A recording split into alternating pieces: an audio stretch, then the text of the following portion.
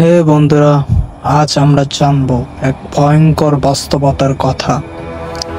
হাজার হাজার বাঙালি মেয়ে যাদের স্বপ্ন ছিল ভালো চাকরি, বিদেশের সুন্দর জীবন, অথচ সেই স্বপ্ন পরিণত হয়েছে দুঃস্বপ্নে।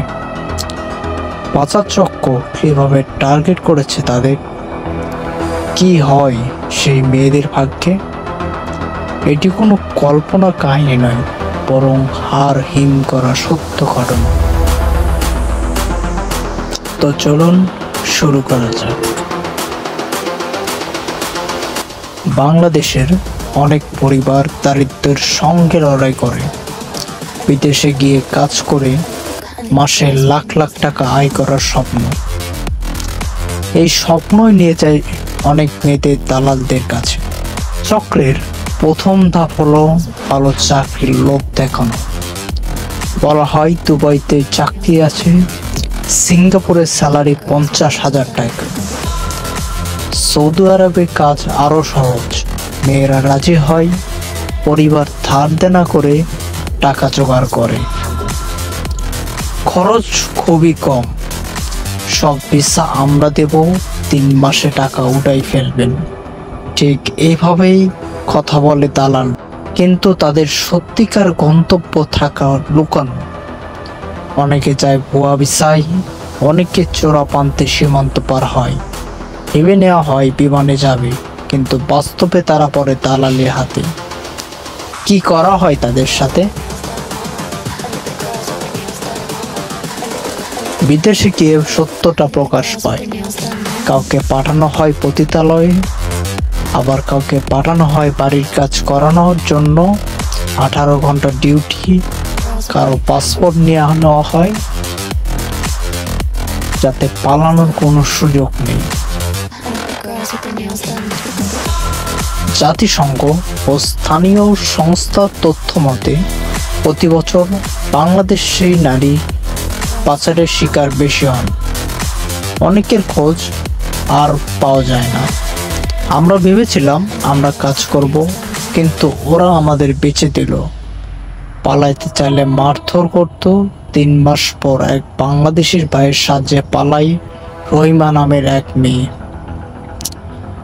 এমন অনেক গল্প চাপা পড়ে যায়।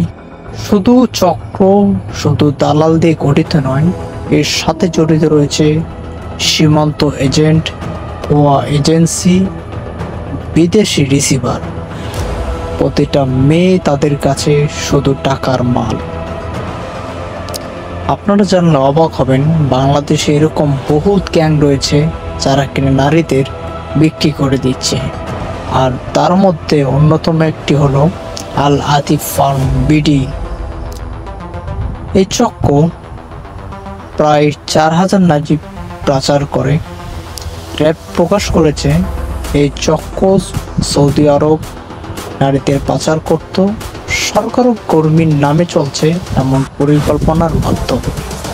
চক্রটি প্রায় 400 জনের বেশি নারী পাচার করেছে। নেতৃত্বে ছিলেন মোহাম্মদ শাহিন, তবে এদের কোনো অফিস নেই। 2020 সালে একটি অভিযান চালিয়ে প্রায় 20 থেকে 22,000 মেয়েকে উদ্ধার করা হয় এই চক্রদের হাত থেকে। তবুও অভিযান চালিয়ে অনেক মেয়েকে উদ্ধার করা হয়, অনেক দালাল গ্রেপ্তার হয়, কিন্তু এদের নেটওয়ার্ক ভেঙে ফেলা এত সহজ নয়, কারণ তাদের শেকল লুকিয়ে রয়েছে আন্তর্জাতিক পর্যায়ে। এর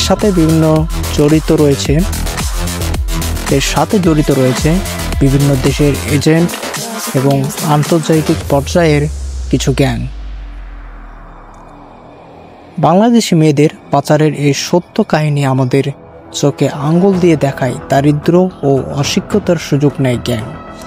একমাত্র প্রতিরোধ সচেতনা ও আইন, কারণ সব স্বপ্ন নিরাপদ নয়।